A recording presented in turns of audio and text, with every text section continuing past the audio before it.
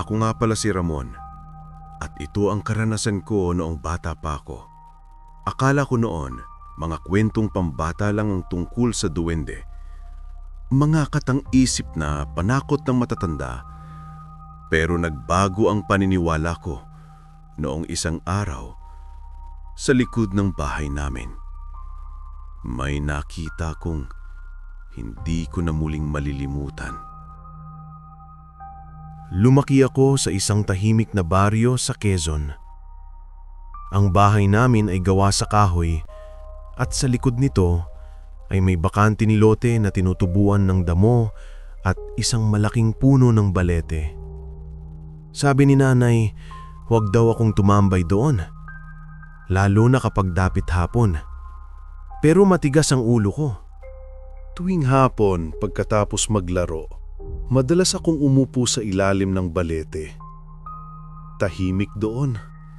Malamig ang hangin, pero may kakaibang lamig na dumadampi sa balat ko.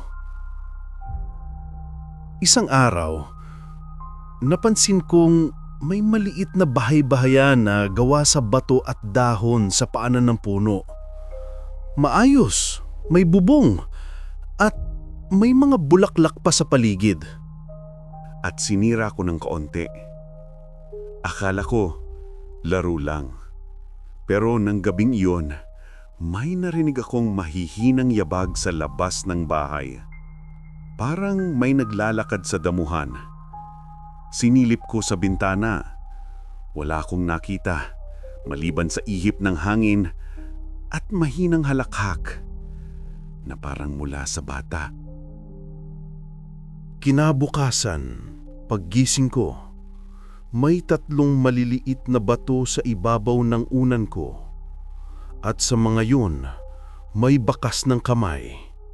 Maliit, marumi, at parang gawa sa lupa.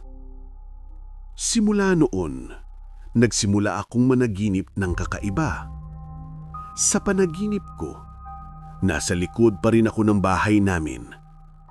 Tahimik, madilim, at sa paanan ng balete, naandun pa rin ang bahay-bahayan.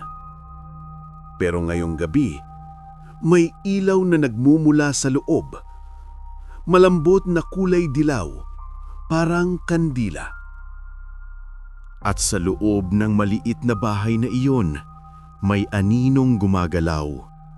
Isang nilalang na maliit, nakaupo, nakatingin sa akin, at parang nakangiti.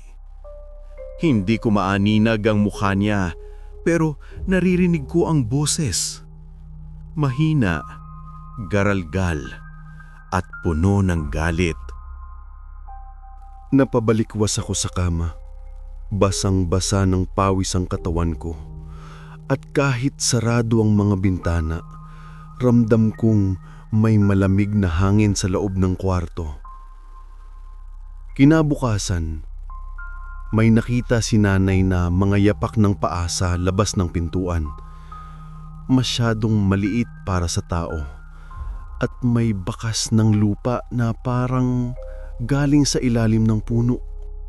Ilang araw ang lumipas, nagsimula akong magkasakit.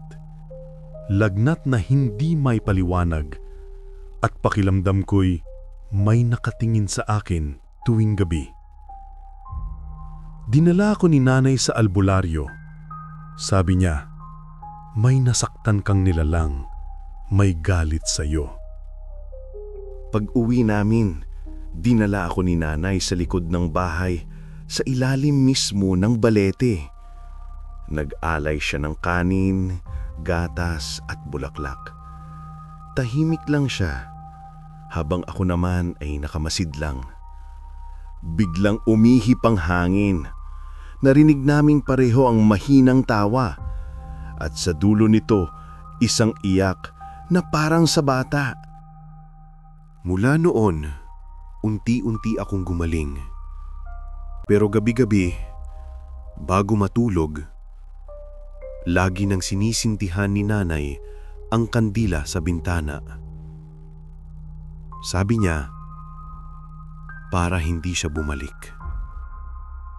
Ilang taon ang lumipas at lumipat na kami ng tirahan. Pero minsan, bumalik ako sa lumang bahay. Wala na ang balete.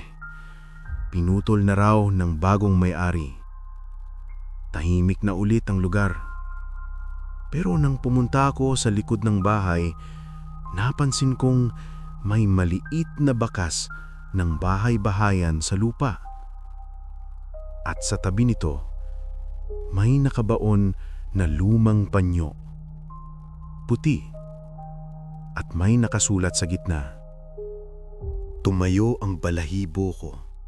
Ngumiti ako ng bahagya. At bago ako umalis, naglagay ako ng maliit na kandila sa lupa. Sindi. Saglit na dasal. At isang malamig na hangin ang dumaan. Payapa. Parang paalam.